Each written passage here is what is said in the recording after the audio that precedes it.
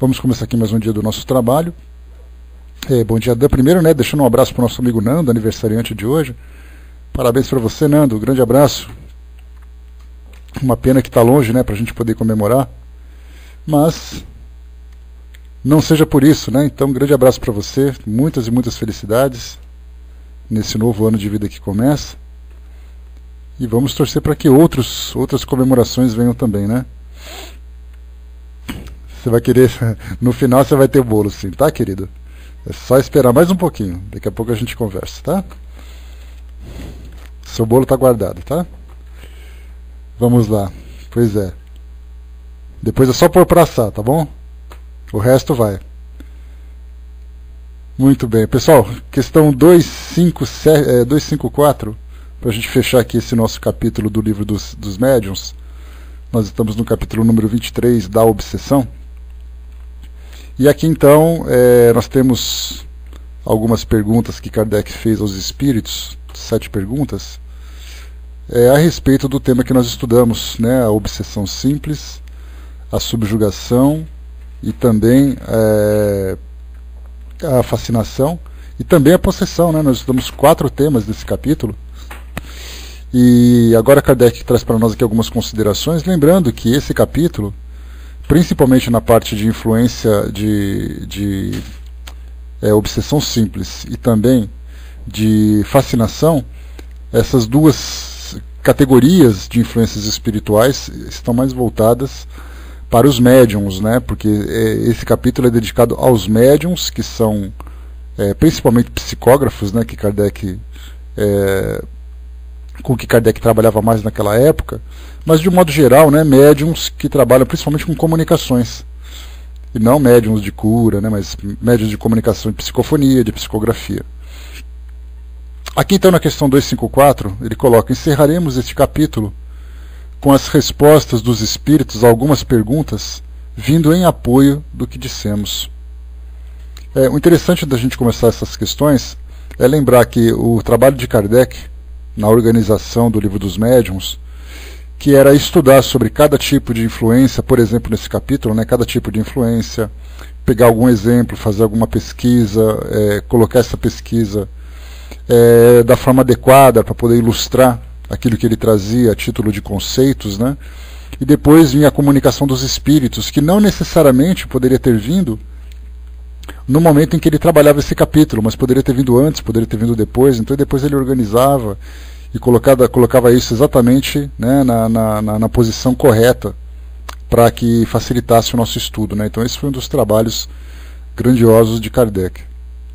Na primeira pergunta, então, ele coloca: por que certos médiums não podem livrar-se de espíritos maus que a eles se ligam, e como os espíritos bons que eles chamam não têm força suficiente para afastar os outros e comunicar-se por seu intermédio? Então a gente primeiro coloca o médium como ponto central dessa questão. Nos momentos em que o médium começa a trabalhar, ele se coloca à disposição para a psicografia, e principalmente naquela época as psicografias que eram realizadas em casa, psicografias domésticas, que era bastante comum naquele período. E aí então ele começava a psicografar e sempre vinha espíritos ou fazendo ameaças, porque a gente sempre pensa que espírito, o obsessor, no caso de um médium que é psicógrafo, o espírito simplesmente provoca um mal-estar ou então impede que haja comunicação. Muitas vezes um espírito se manifesta fazendo ameaças de morte, por exemplo. Outros escrevem obscenidades, outros procuram sempre trazer ideias fantasiosas. Então cada espírito, de acordo com sua natureza e de acordo com a relação que ele tem com o médium, então cada vez que o médium faz a sua oração, ele se coloca à disposição, de repente ele começa a psicografar, e se ele tiver consciência do que está sendo escrito, ele percebe que no meio do trabalho começam então a surgir essas mensagens estranhas, perturbadoras, inconvenientes. E aí então ou ele interrompe a psicografia ou deixa para ver até o final como é que fica. E depois ele vai analisar, vai lamentar, vai ter aquela preocupação do porquê está acontecendo tudo isso. Inicialmente ele vai achar que isso é uma situação esporádica, aconteceu só naquele momento. Depois ele tenta novamente, vai num outro dia, e percebe que isso virou rotina. E aí então, se ele tiver estudo e tiver uma orientação correta, ele então vai ter condições de detectar o processo obsessivo e depois tomar as medidas necessárias para isso, né? Primeiro a sua reforma interior, que é mais importante, né? Depois, né, fortalecer o seu estudo, fortalecer a sua relação com o plano espiritual mais elevado, né? Então, aqui Kardec pergunta, né, por que eles não conseguem se livrar dos maus espíritos e por que os espíritos mais elevados não intervêm em seu favor para que termine com essa influência. Aí os espíritos respondem aqui: não falta poder ao espírito bom. É o médium que quase sempre não está em condições de auxiliá-lo. Sua natureza é mais adequada a outras relações. Seu fluido se identifica mais com um espírito do que com outro. É isso o que dá tamanha força aos que querem enganá-lo. Então, na verdade, é o próprio médium que oferece condições para que o espírito se vincule a ele. E aí, então, dentro das orientações para terminar ou para dissolver essa relação, é necessário, então, do médium mais estudo, a sua transformação moral, a sua evangelização, muitas vezes a indicação para que faça um trabalho de moralização. Esse trabalho de moralização, na verdade, é um trabalho voluntário, por exemplo, onde ele começa, né, a desenvolver em si os valores para prestar esse tipo de trabalho, e isso acaba se revertendo depois a seu próprio favor. Então, não são os espíritos que podem chegar simplesmente e afastar os obsessores, como nós pensamos de uma forma muito comum. Na verdade, é o próprio médium que precisa fazer essa transformação. Aliás, esse processo de desobsessão, que nós vemos principalmente no dia a dia nosso hoje, independente do trabalho mediúnico, como, por exemplo, nós vemos isso muito que passa na televisão, ou passava pelo menos, né, naquelas igrejas evangélicas que faziam aquele trabalho de sessão de descarrego, que era o nome que eles davam, e aí então eles chamam a pessoa que se encontra, né, obsidiada ou influenciada, fazem aquele trabalho meio de exorcismo, né, e depois a pessoa vai para casa como se estivesse curada. A orientação que os espíritos dão é: você pode até afastar um indivíduo que está ali próximo, provocando aquele inconveniente, mas na verdade vai aparecer outro, porque na verdade é o próprio indivíduo, é o próprio médium, mesmo que seja um médium inconsciente, que oferece condições para que outros espíritos se aproximem. Então, diferentemente do que a gente imagina, que os milagres acontecem, os milagres não acontecem dessa forma. Você pode até conseguir, através da força, uma força moral naturalmente, ou uma força magnética, né, afastar aquele espírito, mas jamais vai conseguir fazer com que, através de um milagre, o médium se transforme em uma pessoa que passa por essa obsessão. Então, na verdade, não são os bons espíritos que não têm condições de se aproximarem, né? São os próprios médiums que não oferecem condições para afastarem os espíritos que estão ali influenciando. Na questão número 2, nós temos aqui: parece-nos, entretanto, que há pessoas bastante meritórias, de moralidade repreensível, e não obstante impedidas de comunicar-se com bons espíritos. E aí nós temos nessa quantidade de médiuns que tem pelo mundo afora. Hoje, porque, como nós já conversamos, algumas vezes nós precisamos adaptar aquilo que Allan Kardec traz no seu passado, na sua realidade, naquele contexto histórico que ele vivia, para a nossa realidade. Então, quando a gente fala, por exemplo, dos médiuns que são trabalhadores, esses médiuns trabalhadores, dentro da nossa visão, nós abrimos as portas de um centro espírita e vemos ali o grupo mediúnico, fazendo o trabalho regular, né, o médium comparecendo 1 ou 2 vezes por semana, fazendo trabalho de comunicação, trabalhos de cura e outros tipos de trabalho de receituário, né, enfim. Mas na época de Kardec não era assim. Basta a gente lembrar mais uma vez que o primeiro centro espírita que foi fundado por ele foi em 1858. O Livro dos Médiuns foi publicado, se eu não me engano, em 1862. São 3 anos depois, 4 anos depois. Em 4 anos, quantos centros espíritas a gente acha que foi criado na França ou na Europa, de um modo geral, para poder estabelecer tantas e tantas comunicações assim? Então não era tão simples como a gente imagina, principalmente porque as pessoas estavam começando a estudar, estavam começando a se aventurar, e até mesmo nos grupos mediúnicos as pessoas eram desbravadoras. Elas estavam ali abrindo o livro, lendo pela primeira vez, ou muitas vezes até, né, somente formando esses grupos após a publicação do Livro dos Médiuns, ou os livros que foram publicados antes que tratavam de mediunidade, né? A gente lembra que antes do Livro dos Médiuns, outro livro falando sobre mediunidade de uma forma mais objetiva, de uma forma mais compacta, havia sido publicado. E aí então, quando se fala em médiuns que são influenciados na época de Kardec, nós podemos considerar de uma forma diferente dos médiuns que são influenciados nos tempos atuais. Mas de qualquer forma a gente fica pensando, né?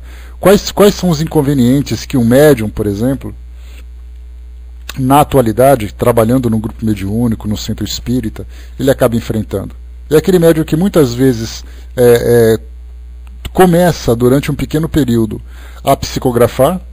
As psicografias são de espíritos comuns, que trazem seus depoimentos, que trazem ali as suas solicitações, apresentam as suas histórias, e depois de um tempo o médium ou começa a se sentir constrangido com o conteúdo das suas mensagens, que são mensagens algumas vezes ameaçadoras ou mesmo constrangedoras, né, pelo seu conteúdo, ou então os médiums simplesmente param de escrever. E alguns deles, inclusive, param de escrever por terem vergonha do julgamento do grupo. Porque você publica uma vez, você divulga uma vez o conteúdo da sua mensagem, depois divulga o outro, e percebe que isso está gerando assim, uma certa desconfiança, o próprio médium já fica ali ressentido, né, ou fechado para essas comunicações. Então ele comparece, na verdade, fica ali de corpo presente, mas ele não produz. E não produz porque ou os espíritos o impedem de se comunicar, ou ele mesmo impede que o espírito se comunique. E algumas vezes com vergonha de comentar, de repente falar alguma coisa e alguém fazer algum comentário que o coloque naquela condição de constrangimento e tudo mais, né? Então são muitas e muitas situações. Algumas vezes a pessoa psicografa e vem um conteúdo ameaçador para ela que ela simplesmente trava. E aí então ela desiste de frequentar grupo mediúnico. São muitos os médiuns que param de frequentar. Aí eles começam a dizer, não, porque eu não estou trabalhando bem, ou porque eu estou sem tempo de trabalhar, porque o trabalho não era bem aquilo que eu imaginava. Porque a gente sempre fala assim, médiums, vamos ver os médiums trabalhadores. A gente sempre pensa nos médiums que já são experientes, os médiums que já são prontos e que fazem bons trabalhos. Aqueles médiums iniciantes que começam a fazer esse trabalho e tudo mais, muitas vezes ele desperta para o trabalho mediúnico, mas muitas vezes ele não tem consciência da necessidade da sua transformação, para poder ele se proteger dessas influências. E é aí que ele acaba depois sofrendo essas situações. Então, algumas vezes a gente vê, como na época de Kardec, pessoas que são pessoas generosas, pessoas bondosas, que se apresentam com sabedoria, com generosidade, né, diante da sociedade, diante das pessoas. Então eles são médiums, e muitas vezes eles acabam sendo alvo dessas investidas dos espíritos inferiores. E aí fica aquela curiosidade, mas ele é uma pessoa tão boa, como é que ele pode sofrer uma obsessão? Como é que ele pode não conseguir produzir trabalho, sendo que aquele médium, a Dona Maria, por exemplo, que é uma médium comum, que não traz nada de ruim, mas também não apresenta nada de grandioso, e ela traz mensagens tão bonitas, e aquele outro, que é um grande trabalhador, é uma pessoa que é um exemplo para o grupo e tudo mais, e os trabalhos deles não são produtivos. E por que eles, tendo todos esses valores, não conseguem produzir tanto quanto um médium comum? Essa é a pergunta de Kardec. A resposta vem o seguinte: não é uma prova. E quem te pode dizer que não trazem o coração um tanto manchado de mal? Que o orgulho não controla um pouco essa aparência de bondade? Essas provas revelam ao obsedado a sua fraqueza e devem incliná-lo para a humildade. Há alguém na terra que possa dizer perfeito? Que se possa dizer perfeito? Aquele mesmo que tem todas as aparências da virtude pode ter ainda muitos defeitos ocultos, um velho fermento de imperfeição. Assim, por exemplo, dizes daquele que não pratica o mal que é leal nas suas relações sociais. É um homem bom e digno, mas sabe se essas qualidades não estão manchadas pelo orgulho? Se não há nele um fundo de egoísmo? Se ele não é avarento, invejoso, rancoroso, maledicente e muitas outras coisas que não percebes, porque as tuas relações com ele não te deram motivo para descobri-las? O meio mais poderoso de combater a influência dos espíritos maus é aproximar-se mais da natureza dos bons espíritos. E aqui então Nós temos ali vários e vários exemplos, né? Aquela história de que, você já deve conhecer essa história, de que o marido era um grande trabalhador do centro espírita. Nas suas palestras, né, ele era uma pessoa que sempre chamava a atenção pela sua sabedoria, pela sua eloquência, pelas colocações que sensibilizavam as pessoas e tudo mais, mas em casa ele era uma pessoa que muitas vezes era indiferente com a família. Não tinha muita paciência com os filhos e tudo mais. Aí então um dia a mulher dele apareceu com as malas no centro espírita e disse, né, olha, eu vim aqui me mudar, mas a senhora não pode se morar aqui. Né, mas por que a senhora quer vir para cá? Porque aqui meu marido é diferente do que ela em casa. Né, então a partir dessa situação a gente tem muitas e muitas outras. Principalmente para nós que temos as nossas relações difíceis em casa, é muito comum, né? Mas lá no centro espírita você não fala isso. Lá não sei aonde você trabalha diferente. Aqui você não faz aquilo que você fala. Ah, você lê um monte de coisa, mas quando tem que colocar na prática você não demonstra. Então essas acusações são muito comuns e são justas. Né? Porque muitas vezes na intimidade das nossas relações, nós acabamos não tendo aquela paciência, acabamos não tendo aquela tolerância, nós queremos ser muito práticos com as coisas. Então, assim, nas relações sociais, nós precisamos conquistar as pessoas por aquilo que nós temos de melhor. Já na intimidade do nosso lar, a gente não tem essa tanta preocupação, porque já que nós estamos vivendo junto mesmo, né, e nós estamos ali quase que amarrados, né, pelos laços consanguíneos, pelas nossas necessidades comuns de família e tudo mais, então a gente não precisa ficar agradando ninguém. Já se você vai no seu trabalho no centro espírita, você precisa sorrir para todo mundo, abraçar todo mundo, cumprimentar todo mundo, né? Chega no centro espírita, cumprimenta todo mundo. Chega em casa, não dá nem bom dia. Então, essa intimidade acaba nos colocando nessa condição de acharmos que não é necessário esse tipo de esforço. Já para a nossa convivência social fora de casa, nós precisamos então conquistar as pessoas. É o que o Espírito Hamed fala das nossas máscaras sociais. Que essas máscaras sociais são necessárias para que a gente estabeleça a relação. Então, nesse caso, quando a gente fala desses grandes trabalhadores que nós temos nos centros espíritas, muitas vezes em casa, eles acabam... Não é uma maldade, a gente não fala isso no sentido de pessoas perversas, pessoas agressivas, mas que têm comportamentos diferentes. Não se preocupam tanto, né, em demonstrar aquele lado positivo, como acontece fora de casa, principalmente num ambiente como é o centro espírita, em que praticamente somos forçados a mostrar aquela face de beleza, aquela face de perfeição, ou pelo menos de esforço, né, para corresponder pelo menos àquilo que a gente acredita junto aos nossos pares, né, junto às pessoas que estudam e convivem conosco dentro dessa proposta, né, de elevação espiritual. Então, nessa situação é exatamente isso. A gente vê aquele médium na casa espírita e fala assim, poxa vida, mas ele está passando por esse processo obsessivo, né?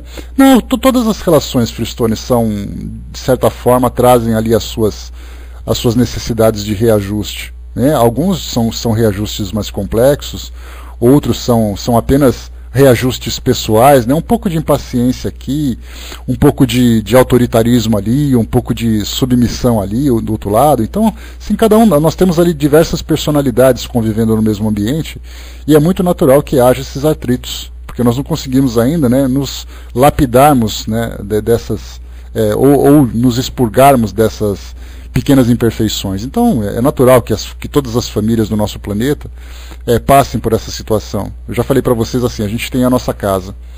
Então, dentro da minha casa, eu tenho aqui a minha família. A gente tem aqui algumas vezes que algum fala alguma coisa, o outro fica chateado, aí entra numa pequena discussão aqui, uma outra discussão ali, coisa e tal. Aí eu vou depois na casa do vizinho e fico me perguntando, como é que é a relação com eles? Aí você começa a observar, os motivos podem ser diferentes, mas as situações acabam sendo as mesmas. Aí eu vou numa outra cidade, eu falo assim, bom, isso aí pode ser uma coincidência, né? Afinal de contas, eu e meu vizinho, de repente a gente acaba se influenciando. Aí eu vou no bairro vizinho, vou na casa de alguém e encontro a mesma coisa. Ou é o filho, é o cunhado, é a mãe, é o irmão, é o tio, é o avô, ou problema financeiro, de saúde, porque a relação é difícil, porque gosta, porque desgosta. Aí, para poder ter certeza, eu falo assim, bom, eu vou sair então do meu país, eu vou para outro país, eu vou lá para a Argentina. Aí eu chego na Argentina e falo assim, bom, como é que será que são as famílias argentinas? Eu vou chegar lá e vou encontrar a mesma coisa. Problemas financeiros, problemas de relacionamento, de impaciência, de intolerância e coisa e tal. Não satisfeito com isso, eu falo assim, bom, eu vou mudar de continente. Eu vou lá para o Vietnã. Lá numa pequena vila do Vietnã, eu vou visitar uma família lá. Eu vou chegar lá, eles vão ter problema de dinheiro, problema de saúde, problema de não sei o quê. Então, quer dizer, a gente percebe que são características naturais do nosso planeta, Quer dizer, nós, como moradores desse planeta, trazemos essas imperfeições. E a partir do momento em que nós nos juntamos para uma convivência comum, essas nossas imperfeições entram em choque. E aí, então, entrando em choque, a gente começa com as nossas discussões, com os nossos desentendimentos. Então, isso é muito natural. Então, a gente sempre diz assim que família é sempre a mesma, né? O problema é o mesmo, a família é a mesma, só realmente muda de endereço. Isso é bastante comum. Então, quando a gente fala do médium, que num ambiente ele demonstra esse lado positivo, esse lado de esforço para se evangelizar, para se desenvolver e tudo mais, em casa, por ele ter ainda essas imperfeições, a gente percebe que no centro espírita ele pode até demonstrar essa barreira que o protege, mas em casa ele se torna exposto. E aí, então, como a influência ela acontece constantemente, é exatamente por essa abertura que ele dá, por essa brecha que se abre, é que ele se deixa influenciar. E aí, então, no centro espírita as pessoas dizem, mas você é uma pessoa que estuda tanto, que sabe tanto, uma pessoa tão bondosa, e você passa por esse problema, em casa, de repente, foi assim. Né? A dona de mim colocou, né? Como foi bom ouvir isso, né? Eu vivia pensando que eu não encontrei o homem espírita para casar. Vai com ele, então. Todo mundo vai assim, eu vou no centro espírita para encontrar um marido bem bacana. Aí você casa com ele e leva para casa, tá? Aí você percebe que em casa é outra coisa. Ele não vai levantar a tampa da privada, ele vai jogar a toalha molhada na cama, ele não vai lavar o prato depois que comer, você vai brigar com ele, é a mesma coisa, não muda nada. Né? Então a gente acha assim que e no centro espírita ele aprende educação doméstica, né? Não, no centro espírita ele aprende evolução espiritual. Educação doméstica ele aprende em casa, né? Então é sempre assim. Então não se iludam com isso, né? Certamente você vai encontrar alguém menos problemático no centro espírita do que, por exemplo, numa balada, né? Mas depois que você levar para casa, você vai perceber que ele continua ainda trazendo ali algumas necessidades, né? E ele vai pensar mesmo de você também, tá, dona de mim? Não esquece. Casei com uma mulher espírita, que maravilha. Quando chega em casa, poxa vida, mas não era isso que você me mostrou lá na palestra. Aí você vai falar assim, opa, desculpa, né? Porque ela era diferente. Então é assim que acontece. Então, pois é, uma anja, né? Chega em casa, a anja desbota. Aí a asinha branca começa a ficar um pouquinho mais cinzenta. Então, nesse caso, a gente vê que como é difícil nós nos mantermos assim. Você trabalha, por exemplo, numa empresa, e trabalhando numa empresa você fica insatisfeito com o trabalho, insatisfeito com a sua chefia, insatisfeito com o salário, com o seu turno, com os esforços que você precisa fazer. Então você vai para o centro espírita, vai falar sobre evangelho, vai falar sobre mediunidade, vai falar sobre fraternidade mundial, e depois você vai para o seu trabalho e encontra um salário ruim que não dá para pagar suas contas. Então a gente percebe o quê? Que são essas situações do cotidiano que acabam minando, de certa forma, essa nossa estrutura evangélica que nós estamos construindo. Por isso colocou para nós aqui o Espírito, perguntou, há alguém na Terra que se possa dizer perfeito?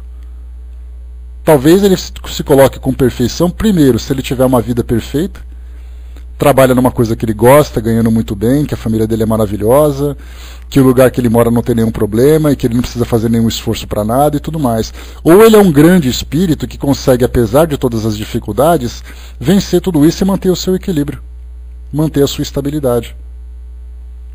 Então a gente pega, por exemplo, uma referência de mediunidade, como por exemplo Chico Xavier, que sem dúvida para nós é uma referência, né, de trabalho, uma referência de generosidade, de bondade por aquilo que ele fez. Ele trouxe isso.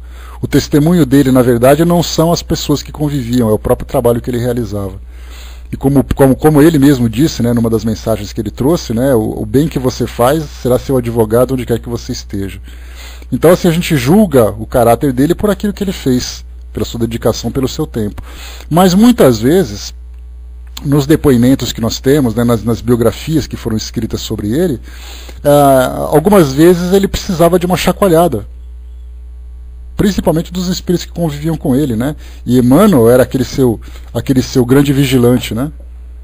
Que ficava falando, né, você tem que parar de chorar, para de frescura, trabalha direito, você não tem privilégio com ninguém. Então, assim, algumas vezes até um pouco duro, mas percebia o quê? Que se não fosse essa sua resistência, ele acabaria se deixando levar pelas imperfeições que ele tem. Basta a gente lembrar até de uma forma cômica aquela história do avião. Quer dizer, no avião, de repente, com toda aquela evangelização, porque ele é médium, basta uma pequena instabilidade, ele é o primeiro a gritar. E foi aí então que Emmanuel apareceu e perguntou, mas você está gritando por quê? Você acha que você é privilegiado, que você não vai morrer? Ou então quando ele estava doente, né, Ah, porque eu estou com meu olho doendo, você tem o outro, não se preocupa. Então percebe o quê? Que esse tipo de... que para nós pode parecer assim, ah, mas ele era muito manhoso, porque ele algumas vezes precisava, gostaria assim de alguns privilégios, aquela coisa toda, né? Que nada. Ele era uma pessoa comum. Tinha grande responsabilidade, sem dúvida nenhuma, mas se por acaso ele não passasse por esses ajustes, ele cairia nas mesmas dificuldades.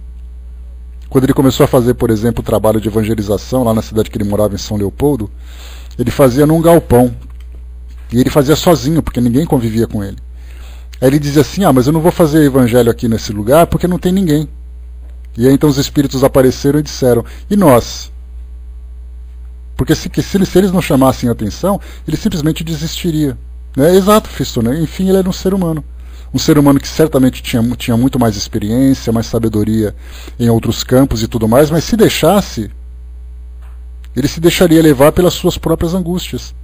Né? A dona de mim lembrou também aqui, né, que Divaldo teve depressão. Nazareno Feitosa, que é um grande palestrante lá do Distrito Federal, ele conta em suas palestras, ele diz assim na palestra sobre depressão: eu posso falar para vocês desse tema como um depressivo que eu era, porque eu passava por um processo obsessivo. Então ele era obsediado, passou por depressão e tudo mais, e era um palestrante espírita.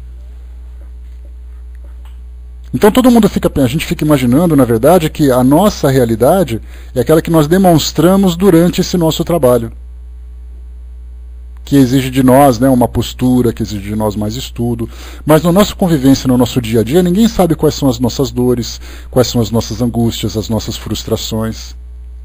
Daí então que se eu sou um médium, um trabalhador, e eu vou no centro espírita, todo mundo diz, nossa, que grande trabalhador você é, vai em casa conviver comigo para ver como é que é. Já falei, não que eu seja uma pessoa má, mas eu tenho meus problemas e muitas vezes eu não consigo suportar meu problema. Muitas vezes eu tenho vontade de fechar a porta, fechar a janela, enfiar a cabeça embaixo do travesseiro e falar, me deixa em paz por algumas horas. Porque são situações do cotidiano. E são exatamente essas situações do cotidiano que nos expõem a esse tipo de influência. Por isso, então, nós, né, como encarnados que somos espíritos em processos de aprendizado. Somos espíritos em processo de aperfeiçoamento. Pois é, né? A Miriam lembra aqui que o Nando passou uma semana com ela, quase que surtou, né? Pois é. Então é natural que seja assim. Só que a grande importância que a doutrina espírita nos proporciona, né? Então, a Vaninha, por exemplo, é um doce, mas quando ela está com essa rinite aqui, ela fica insuportável. Eu estava chacoalhando ela assim, para de reclamar, para de ser manhosa, para de frescura, vamos trabalhar e não sei o quê. Pois é. E ela fica assim, ai meu nariz, para de gemer e trabalha. Né? Eu estava parecendo o Emmanuel junto com o Chico, pegando no pé da Vaninha. Então, na verdade, é assim que a gente pega. Né? Quer dizer, no dia a dia nós temos essa dificuldade. Ela está quase morrendo. Olha o exagero dela. Ó. Ela está quase morrendo porque o nariz dela está entupido. Vocês percebem o drama? Ela acabou de escrever o testemunho na própria área de texto. Eu quase morrendo e a criatura brigando com ela. Primeiro que você não está morrendo, acorda. Levanta e para de frescura. Então, quer dizer, a gente percebe o quê? Né? Que exatamente essa nossa fragilidade. Então, foi que os espíritos colocaram aqui, né? Disseram, por exemplo, né, que, deixa eu ver aqui,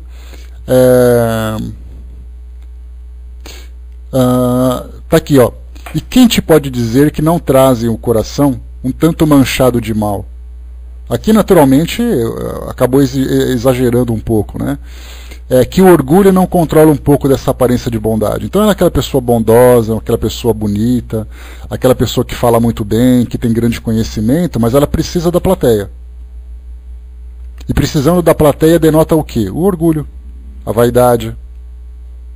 Dizendo assim, olha, eu faço palestras, né? Eu adoro fazer palestras, eu sei que as pessoas adoram minhas palestras, mas eu não posso comparecer no seu centro se não tiver menos de 200 pessoas, porque senão para mim não compensa. E ele fala com aquela voz doce, as pessoas até compreendem, né? Mas no fundo, isso mostra claramente o orgulho. Quer dizer que ele é bom o suficiente apenas para fazer palestra para cima de 200. Para fazer para meia dúzia de pessoas não serve. Isso é orgulho, isso é vaidade. E é exatamente nessas circunstâncias que os espíritos se aproveitam. E os espíritos orientadores, aqueles que acompanham o seu trabalho, permitem que isso aconteça. Para que ele pare com essa vaidade de se achar especial, de se achar uma estrela dentro do meio. E isso acontece quase que inconscientemente, porque o orgulho, a vaidade e o egoísmo são 3 elementos que existem dentro de nós que eles não avisam que estão lá. Eles simplesmente se manifestam silenciosamente. De repente porque você não vai com a cara de alguém, de repente porque você não tá com vontade de fazer aquele trabalho, porque ele não vai te dar o bom reconhecimento. Se você não tiver essa perspicácia para poder detectar esse comportamento de autoconhecimento, pode ter certeza que você vai falhar. E é essa falha que dá essa abertura para as influências negativas. Então, lembrando sempre que não é necessariamente o mal, a prática do mal, que expõe a pessoa às influências. É o desequilíbrio, é a invigilância, são esses pequenos detalhes da sua personalidade que o expõe a isso. E aí, então, aparentemente, para nós, nessa convivência que não é tão comum, que não é tão do dia a dia, a gente não percebe esses detalhes, porque somente na convivência diária, nas 24 horas, é que a gente sabe quem é quem. Então está aqui para nós, o meio mais poderoso de combater a influência dos espíritos maus é aproximar-se o mais possível da natureza dos bons. E isso tem que ser constantemente. Eu não posso me aproximar dos bons espíritos só quando eu estou no centro espírita. Eu tenho que me aproximar do centro dos bons espíritos, principalmente nas situações difíceis do meu dia a dia. É aí que eu vou conseguir manter realmente esse equilíbrio. Vamos para o item número 3. Bom dia, pessoal que chegou. Item número 3. A obsessão que impede um médium de receber as comunicações que deseja é sempre um sinal de indignidade da sua parte? Mais uma vez, que a gente colocou indignidade, quer dizer, é uma pessoa indigna, uma pessoa que está cheia de imperfeições, e ele sendo assim, ele vai sofrer um processo obsessivo, mas significa que todo processo obsessivo acontece por causa dessa indignidade da parte dele?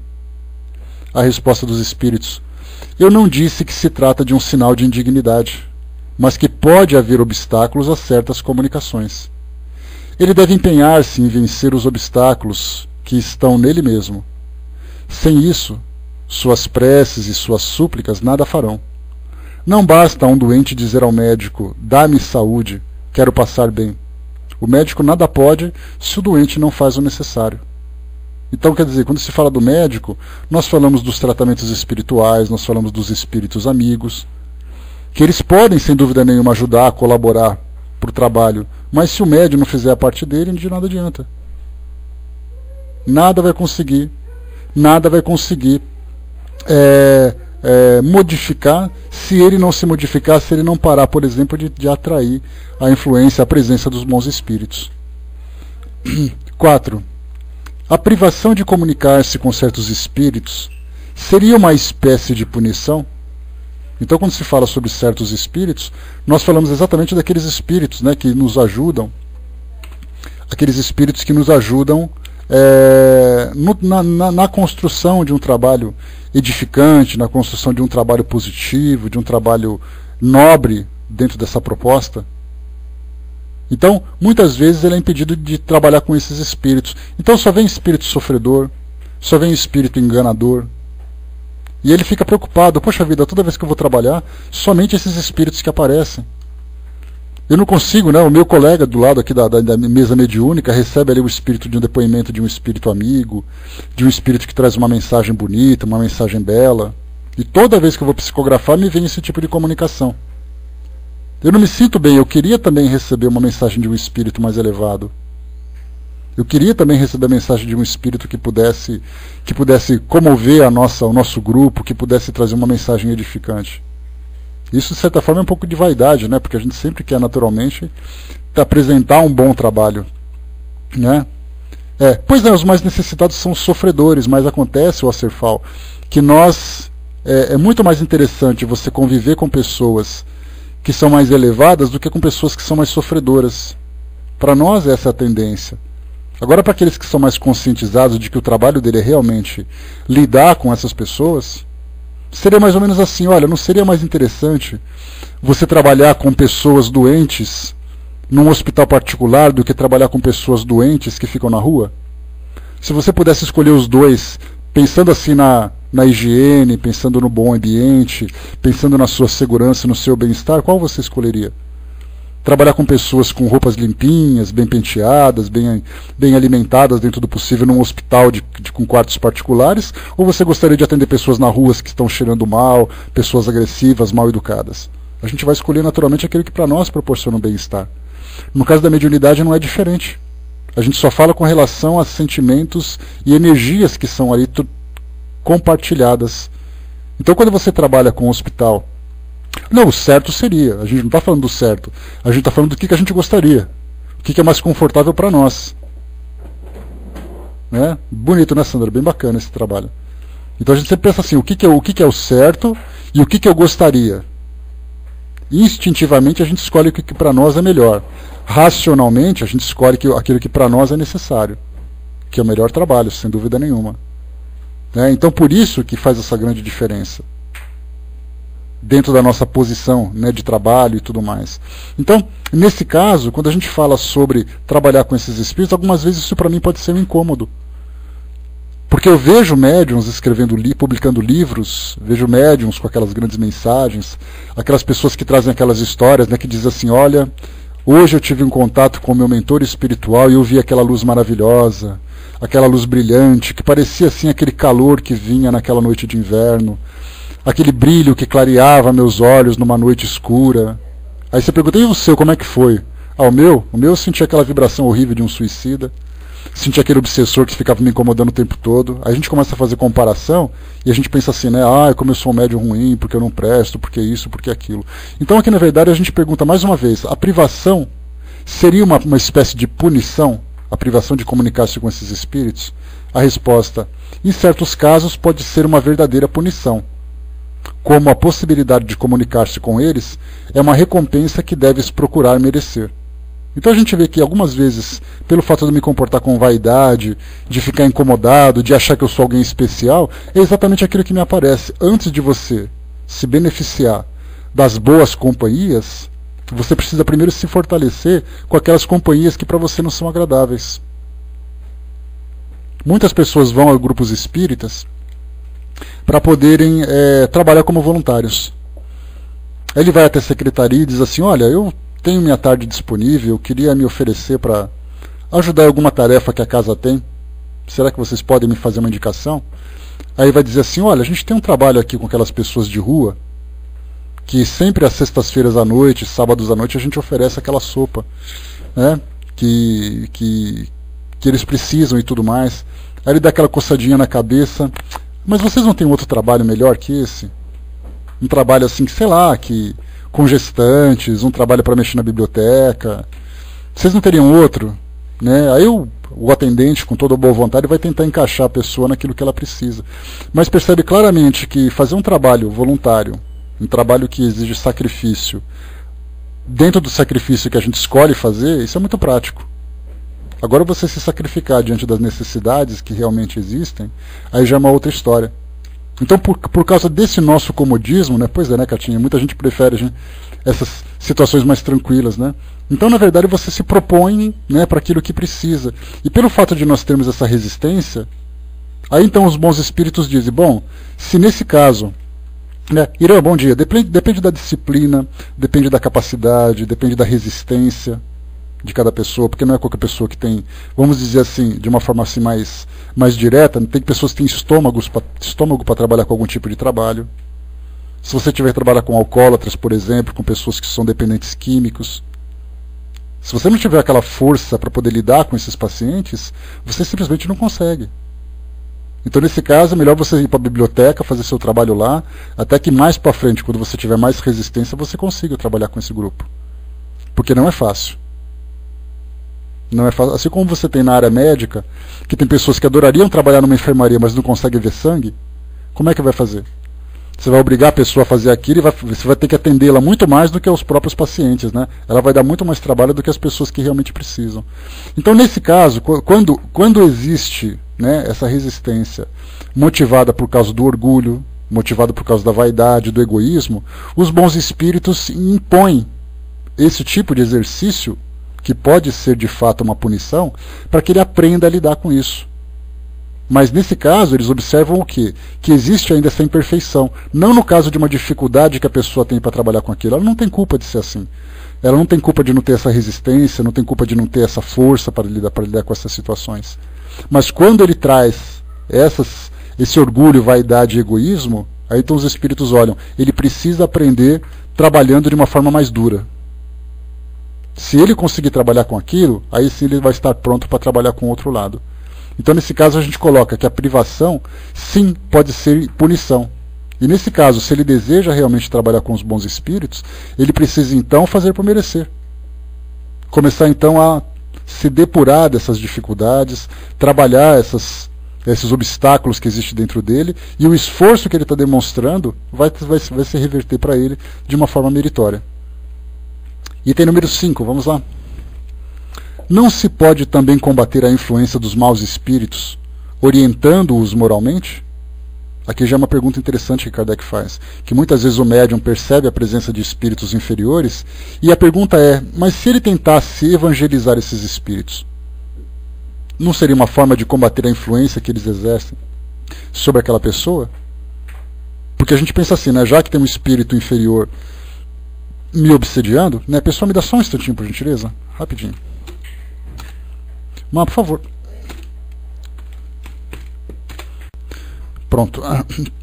Então, aqui a pergunta foi do caso da evangelização. Então, por exemplo, uma pessoa percebe a presença de um espírito e a primeira coisa que ele pensa em fazer, como é exatamente aquilo que a gente vê, né, nos ambientes fora da doutrina espírita, que se por acaso tem um espírito inferior perto de mim, eu quero mais é tirar ele de perto, nem que seja à força.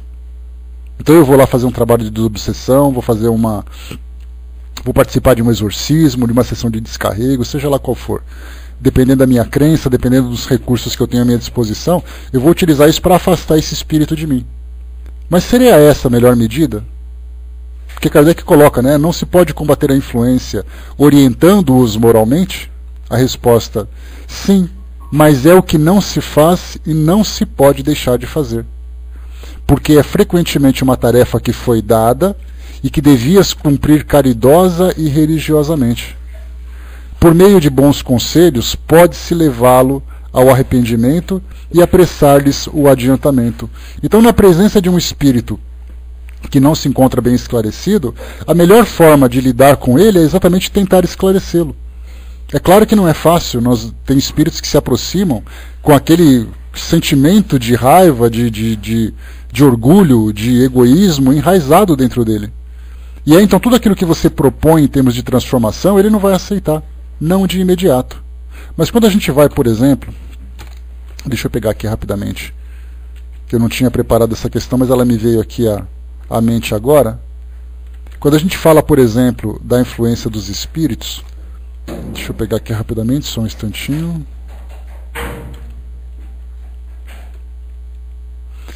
Está aqui, ó, no item número 2 do capítulo 9, Intervenção dos Espíritos no Mundo Corpóreo.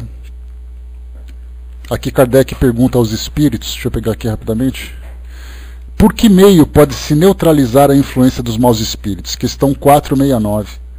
A resposta, fazendo o bem e colocando toda a vossa confiança em Deus, repelis a influência dos espíritos inferiores e destruís o império que desejam ter sobre vós. Guardai-vos de escutar as sugestões dos espíritos que suscitem em vós os maus pensamentos, que insuflam a discórdia e excitam em vós todas as más paixões. Desconfiai sobretudo dos que exaltam o vosso orgulho, porque eles vos atacam na vossa fraqueza. Eis porque Jesus vos faz dizer na oração dominical, Senhor, não nos deixeis cair em tentação, mas livrai-nos do mal. Então, por isso que nós temos aqui, esse é o antídoto. Então, muitas vezes, essa bondade do nosso comportamento, da nossa conduta, faz exatamente com que nós transmitamos a esses espíritos esse lado positivo, esse lado nobre da nossa personalidade. Porque a influência negativa certamente vem por algum motivo, seja ele de vingança, seja ele por antipatia, qualquer coisa do gênero. E muitas vezes o espírito deseja se vingar principalmente daqueles que demonstram essa fraqueza. Se você fez aquilo, então você merece isso. Só que o melhor antídoto para mostrar que apesar daquilo que nós cometemos de errado, nós estamos arrependidos, o arrependimento vem exatamente através do trabalho nobre. Já que eu cometi aquilo de equivocado, então eu vou trabalhar exatamente para que eu possa demonstrar o outro lado dessa questão. Demonstrar que eu sou uma pessoa que deseja realmente crescer, alguém que se arrependeu do que fez, e isso, acaba vindo exatamente de uma forma como um instrumento de sensibilização a esses espíritos. Porque então eles vão ver, olha, eu estou querendo machucar essa pessoa, estou querendo atingi-la, mas do jeito que ela está se comportando, parece que ela está entrando na linha. Então eu vou deixar para ver até onde ela vai, mas se ela pisar na bola de novo, eu volto. Muito comuns são os depoimentos de espíritos a respeito dessa questão, quando eles falam sobre isso. Então aqui para nós, o conselho, o bom exemplo, o trabalho nobre, a verdadeira transformação no pensar, no falar, no agir. Vai com Deus, Pete, bom dia. Então isso tudo serve para nós como meio de proteção e ao mesmo tempo um meio de trabalho. Porque isso se reverte a nosso favor pelo benefício que nós provocamos a nós mesmos e pelo benefício que nós provocamos àquela pessoa. Questão 5A. Como pode um homem ter mais influência nesse caso do que os próprios espíritos? Quer dizer, os bons espíritos não poderiam esclarecer aquele espírito, o obsessor? Quer dizer então que um encarnado teria muito mais mérito, teria muito mais efeito do que um desencarnado para poder ajudar aquele espírito? A resposta: os espíritos perversos se aproximam mais dos homens, que procuram atormentar, do que dos espíritos, pois destes se afastam o mais possível. Nessa aproximação aos humanos, quando encontram quem os tenta moralizar, a princípio não lhes dão ouvido e até riem-se deles, mas depois, se este soube prendê-los, acabam por sentir-se tocados. Esse prender significa exatamente cativá-lo, chamar a atenção dele. Porque primeiro ele começa com aquela resistência, porque você não vai conseguir, porque eu não aceito e tudo mais, mas a persistência do encarnado acaba sendo para ele um exemplo que vai sensibilizá-lo, que vai ou afastá-lo, porque ele não vai querer mais conviver com aquele tipo de comportamento, porque ele não acha interessante para ele, ou ele vai se sensibilizar. E isso também não acontece de uma hora para outra. Nós temos espíritos que são obstinados nesse processo de perseguição, que eles passam uma vida inteira perseguindo aquela pessoa. Mesmo que ela continue ali andando na linha direitinho, e na verdade é uma obrigação que ela tem. Aliás, é uma grande prova que ela tem, né? Porque ele encarna com essa sensibilidade mediúnica, sofrendo, né, e percebendo as influências dos espíritos, tem que andar na linha o tempo todo, que cada desvio que ele dá, ele começa a sentir novamente o lado negativo. Então ele tem que viver praticamente como se fosse um santo, ou uma santa, para poder ficar bem e saudável. Porque se ele se desviar, ele começa a sentir de novo. Tem pessoas que vivem com essa sensibilidade, que é quase que uma obrigação. Seria como se fosse fazendo uma comparação com o problema de saúde que nós temos hoje, um cardiopata, um diabético. Então aquela pessoa que tem diabetes ou sofre do coração, se ele não se alimentar direito, não tomar os remédios regularmente, ele vai morrer. Então é assim, o médico vai chegar para ele e vai dizer assim: se você não fizer isso, você vai morrer. O seu coração vai parar, você vai ter problemas graves com a diabetes, você vai fazer isso, fazer aquilo. Então você precisa fazer isso. Então, na verdade, é uma determinação que o médico dá. E a pessoa, se ela for disciplinada nesse sentido, ter uma dieta regular, tomar ali todas as suas medicações, ele tem uma vida longa e bastante saudável dentro das circunstâncias que ele vive. Moralmente é a mesma coisa. Tem pessoas que convivem com influências espirituais a vida inteira e ele tem que moralmente seguir essa disciplina. E para ele é uma grande prova. Muitas vezes é o próprio espírito que diz: eu preciso dessa cobrança, porque do contrário eu vou cometer os mesmos erros do meu passado. Eu quero sentir a presença deles, eu quero que eles estejam presentes, eu quero, para que isso possa me motivar a me transformar, porque do contrário eu vou cair no mesmo desregramento que eu caí anteriormente. Seja um desregramento do vício, seja um desregramento da sensualidade, seja um desregramento da violência, da crítica, da maledicência, seja como for. Então nós escolhemos essas nossas provas, ao mesmo tempo expiações e ao mesmo tempo uma medicação para a nossa transformação. E cada um sabe exatamente o que tem dentro do coração, né? Por isso, então, nós encarnados temos essa influência direta sobre eles. E continua para nós aqui: os espíritos elevados só podem falar-lhes em nome de Deus, e isso os apavora. O homem não tem, é evidente, mais poder que os espíritos superiores, mas a sua linguagem é mais acessível à natureza inferior e vendo a influência que podem exercer os espíritos inferiores, compreendem melhor a solidariedade existente entre o céu e a terra. Então, se você por acaso sofre uma obsessão, o médium sofre uma obsessão, e esse médium, para poder se recuperar, se reequilibrar, ele começa a trabalhar, por exemplo, em instituições de caridade. E ele começa a trabalhar com sinceridade, com perseverança, com disciplina, né, sempre tentando fazer o bem da melhor forma possível, e o espírito obsessor está o acompanhando. E ele vai sentir a dor do outro, vai ver aquilo que está sendo feito em nome daquele amor fraternal, vai vendo todo o sacrifício que a pessoa faz. Um espírito superior que chegar e falar para você, vem cá que eu quero conversar com você sobre Jesus. Ele vai falar, não quero ouvir, e ele desaparece. Como a gente já vê, já leu na literatura espírita, quantos e quantos espíritos saem correndo de espíritos mais elevados, né? Como o diabo corre da cruz, literalmente, né? Seria quase mesmo isso, né? O diabo corre da cruz. Agora, no caso de um obsessor, quando ele percebe, quando ele fica acompanhando a pessoa num centro espírita, na sua missa, fazendo ali a sua reunião no lar, fazendo o seu trabalho caritativo, mudando-se moralmente, o espírito obsessor está acompanhando tudo. Cada passo, cada conduta, cada ideia, ele está acompanhando. E isso é um grande benefício. E esse é um trabalho de regeneração, não apenas pessoal do próprio médium, ou da própria pessoa obsediada, mas é um trabalho também que acaba, de certa forma, envolvendo e influenciando também o espírito obsessor. Por isso que em muitos casos é muito mais prático transformar um espírito através do obsediado do que proporcionar algum tipo de método de tratamento espiritual que o arranque de perto dele. Ele quer continuar ali perto. E é isso que vai trazer para ele esse grande benefício. E continua aqui. Além disso, o ascendente que o homem pode ter sobre os espíritos está na razão da sua superioridade moral. Então o encarnado precisa realmente trabalhar essa transformação pessoal, para que ele possa ter uma superioridade moral sobre o espírito. Ele não domina os espíritos superiores, nem mesmo os que, sem serem superiores, são bons e benevolentes, mas pode dominar os espíritos que lhes forem moralmente inferiores. Então, lembrando sempre que essa nossa transformação, como acontece muitas vezes, né, vamos tirar essa relação de obsessores, vamos pensar na nossa relação social. Você convive com alguém que atormenta a sua vida, que fica te provocando, que fica te estimulando, né, a demonstrar aquele lado negativo no seu trabalho, na sua família, onde você convive. Você dá de cara com aquela pessoa, dá até aquela dor de estômago só de chegar perto. Aí qual é a melhor forma de lidar com aquilo? É você manter o equilíbrio, manter a serenidade. A pessoa faz um comentário, você ignora.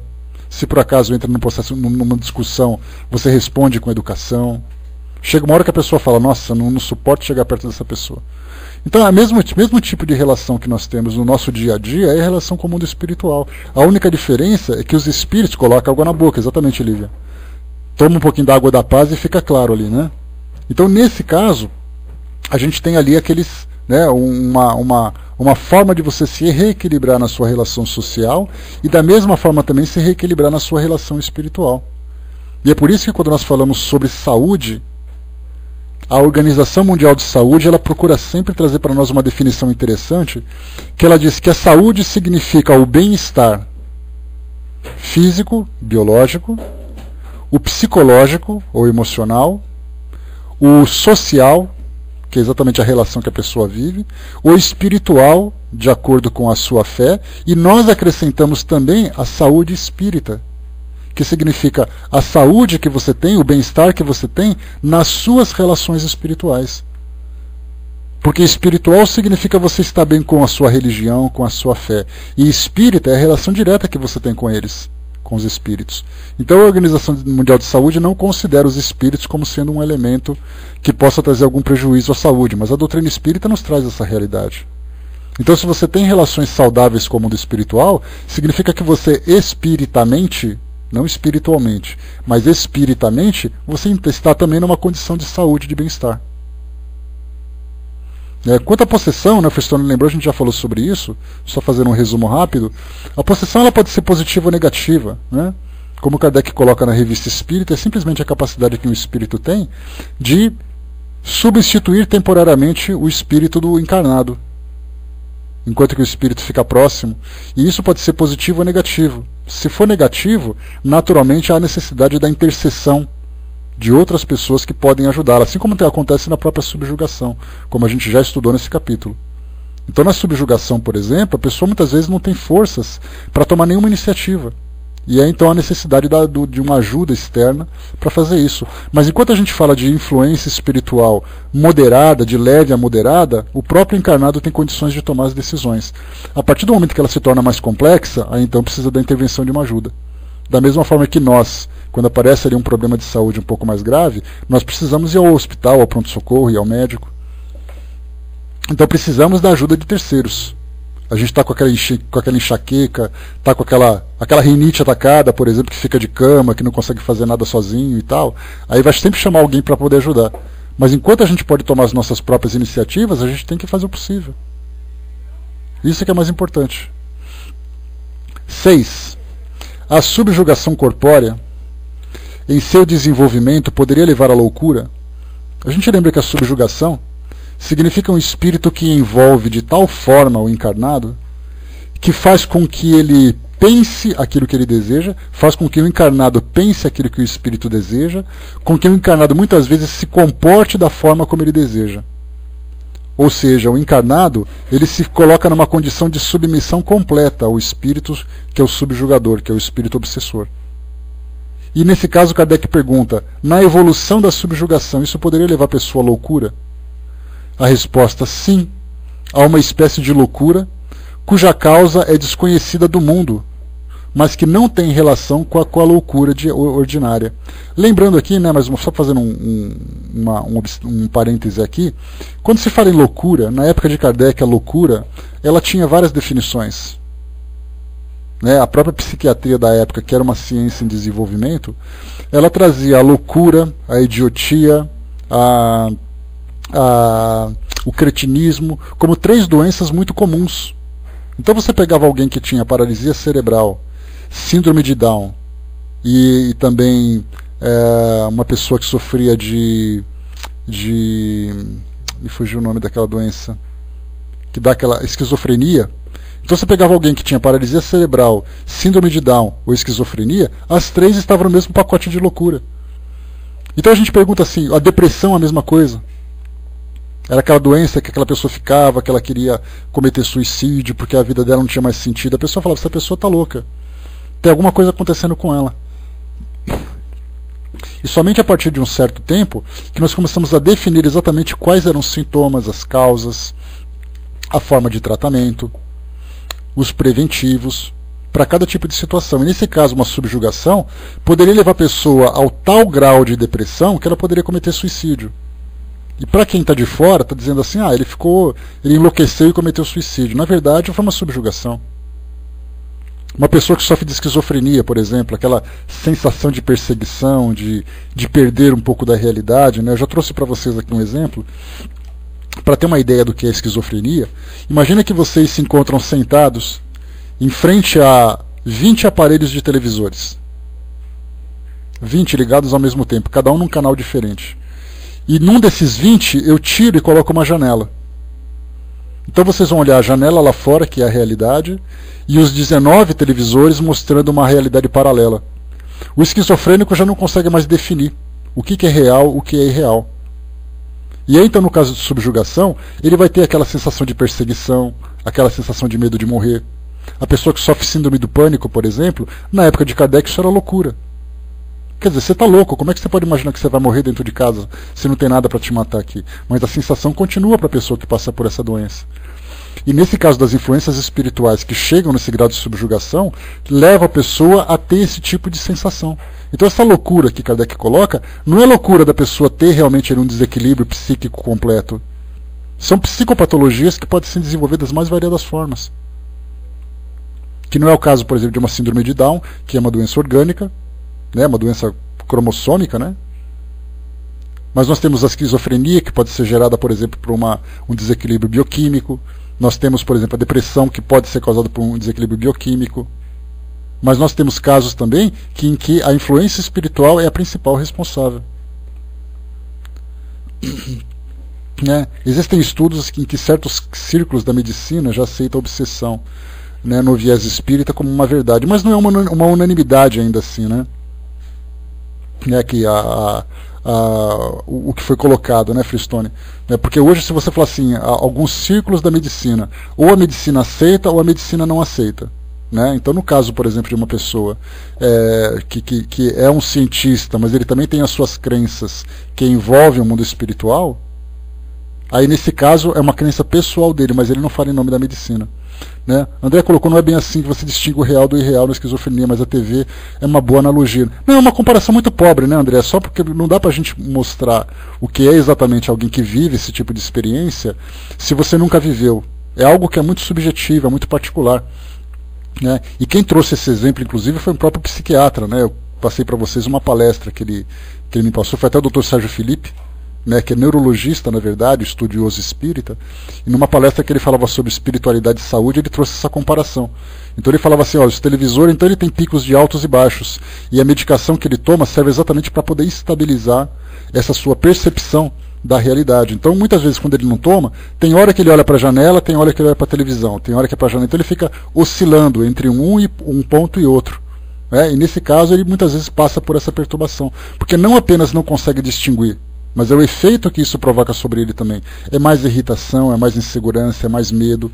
Então, a partir da esquizofrenia, ele sofre, né, toda uma série de efeitos desse tipo de distúrbio, vamos dizer assim. Né?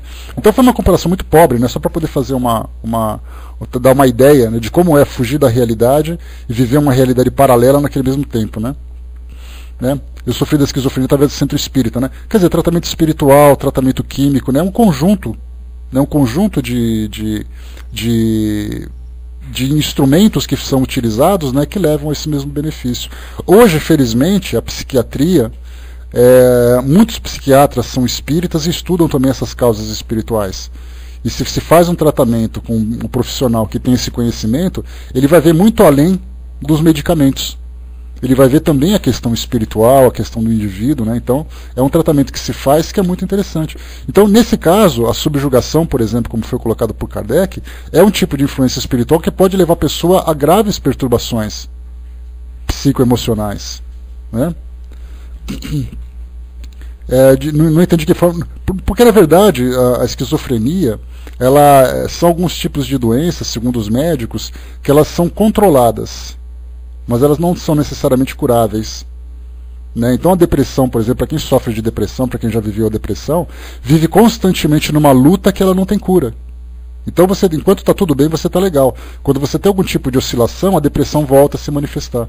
Então a depressão é um outro tipo de doença que ela é controlável, mas ela não é necessariamente curável. Então tem essas psicopatologias que são assim. Uma outra comparação de uma doença que não é desse campo, mas é o caso, por exemplo, da dependência química. Quem é dependente químico, tanto do álcool como de drogas, como medicações, na verdade ele consegue controlar essa tendência a usar essas substâncias. Mas se ele não controlar, ele volta a usar. Porque ele nunca vai dizer assim, olha, eu não gosto mais. Ele pode sentir raiva, ele pode sentir nojo por tudo aquilo que ele provoca e tudo mais, mas a tendência dele é sempre ir em busca dessas substâncias. Então tem muitas doenças que nós temos hoje, doenças de dependências químicas, doenças psíquicas, que no caso da droga também se envolve nesse caso, né? Além da dependência química, ainda tem dependência psíquica. Né? As pessoas precisam, na verdade, saber lidar com ela. Saber lidar com as necessidades, saber lidar com a ansiedade, né, de querer usá-las diante de dificuldades, principalmente dificuldades que ela vive e tudo mais. Né? Então, nós temos ali que a influência espiritual também traz uma grande contribuição nesse sentido. E a última pergunta, para a gente poder fechar aqui o nosso estudo de hoje: o que se deve pensar dos que, vendo algum perigo no espiritismo, julgam que o meio de evitá-lo seria proibir as comunicações espíritas? Então é muito comum, a pessoa fala assim, olha, você que fica se envolvendo com essa coisa de espírito, dá nisso que você está sofrendo agora. Aí você fica com essas perturbações, fica com esses demônios te perseguindo, você fica mexendo com isso, dá nisso. Aí Kardec pergunta, quer dizer então que se você por acaso não fosse médium e não trabalhasse numa reunião mediúnica, você estaria imune da influência espiritual? A resposta dos espíritos: se eles podem proibir a certas pessoas de se comunicarem com os espíritos, não podem impedir as comunicações espontâneas a essas mesmas pessoas, pois não podem suprimir os espíritos nem impedir que exerçam a sua influência oculta. Essa atitude se assemelha à das crianças que fecham os olhos e pensam que a gente não as vê. Quem já brincou de esconde-esconde com crianças sabe como é que é, né? Ela se encolhe num canto da parede, tampa os olhos e fala assim, adivinha onde eu estou? E a gente está vendo claramente que ela está aqui na frente, né? Então, muitas vezes a gente prefere, se você não olhar para o mundo espiritual, se você não considerar a realidade do mundo espiritual, não vai te acontecer nada de desequilíbrio. No caso do médium, principalmente, que é para quem é voltado esse estudo. Para os quais, né, são voltados esses estudos. Então, estão voltados esses estudos. Né? Então, o que nós vemos aqui nessa resposta é que a mediunidade, dependendo da forma como ela é trabalhada, certamente ela traz os seus inconvenientes. Até o próprio Kardec tem aqui um capítulo no Livro dos Médiuns que fala sobre os inconvenientes da mediunidade. As perturbações que pessoas não preparadas, o tipo de influência que você pode ter, se você lida com a mediunidade de uma forma fútil, de uma forma banal, de uma forma de diversão, certamente você vai sofrer os prejuízos disso tudo, como em qualquer situação. Se você vai lidar com alguma coisa, por exemplo, com construção civil, e você não tem preparo para isso, você pode ter certeza que mais de ou menos de um tijolo vai cair na sua cabeça. Ou então você vai se machucar, vai pisar num prego, vai cair de cima de um andaime, simplesmente porque você não tem preparo para aquilo. Então todo tipo de prática, ela exige de nós um certo preparo, um certo conhecimento. Mas, de uma forma geral, a gente lembra que não é a mediunidade que incita a pessoa a passar por isso, embora muitos relatos venham assim. E continua, seria loucura, só porque os imprudentes podem cometer abusos, querer suprimir uma coisa que proporciona grandes vantagens. O meio de prevenir os inconvenientes é, pelo contrário, fazer com que a conheçam a fundo. E nós vemos isso principalmente hoje, né, um mundo bastante influenciado pela visão religiosa, e dessa visão religiosa acaba imaginando, por exemplo, todo o mal, tudo do mundo espiritual é negativo, que o bem nunca pode se manifestar, que Deus proíbe isso, porque Deus proibiu lá com Moisés o exercício da mediunidade, coisa e tal. Então utiliza isso, né, como sendo uma regra. E a partir do momento em que alguém sofre uma influência espiritual por ser médium, ela então passa por todo aquele ritual constrangedor de exorcismo público, etc. e tal. Então, na verdade, assim, a pessoa é médium. A melhor forma de evitar que os inconvenientes aconteçam, a atinjam, será exatamente isso, o esclarecimento, o preparo. E aí, então, ela estando em condições de lidar com isso, ela tem controle absoluto sobre aquilo que diz respeito a ela, que são exatamente essas faculdades. E ela vai saber lidar também com as influências espirituais de uma forma muito natural, não de uma forma dogmática, não de uma forma fantasiosa. Então, meus amigos, fechamos por aqui esse nosso capítulo 23 da obsessão. Trouxemos aqui para vocês, né, vários pontos de vista sobre cada um desses tipos de obsessão, desses graus de obsessão.